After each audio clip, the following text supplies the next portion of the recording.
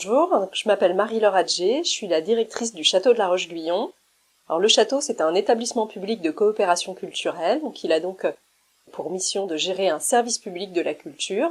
Les membres de cet établissement public sont le département du Val d'Oise, l'État, le parc naturel régional du Vexin, la communauté de communes Vexin-Val de Seine et la commune de la Roche-Guyon.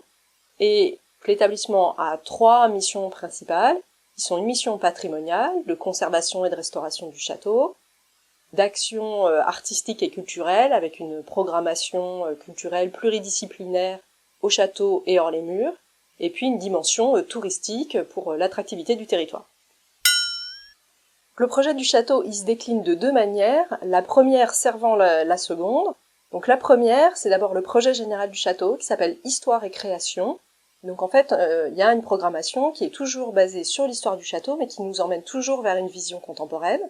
Par exemple, cette année, avec l'exposition Machine Action, on fête le 60e anniversaire de l'album du Piège diabolique, mais en même temps, on a une résidence d'auteurs de BD qui va donner lieu à une nouvelle publication qui sera inspirée par la bande dessinée historique.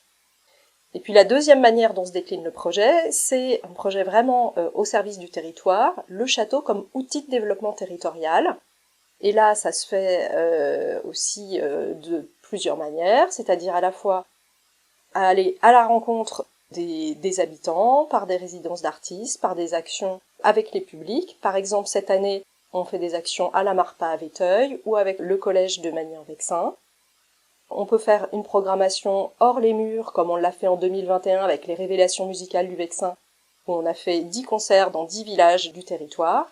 Et puis parfois en combinant un peu les deux, comme on l'a fait en mai 2022, avec le spectacle Frontières, qu'on a fait à Saint-Clair-sur-Epte, avec des amateurs, en partenariat avec le Pivot.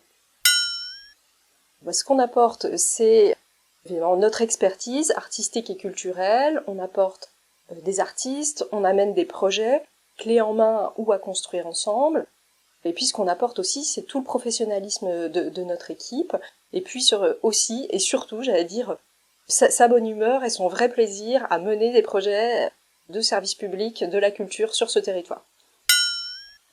Nous avons besoin que vous nous fassiez part de vos envies, de vos désirs sur vos communes, vos communautés de communes, que vous puissiez relayer auprès des habitants les projets que nous pourrons mener ensemble.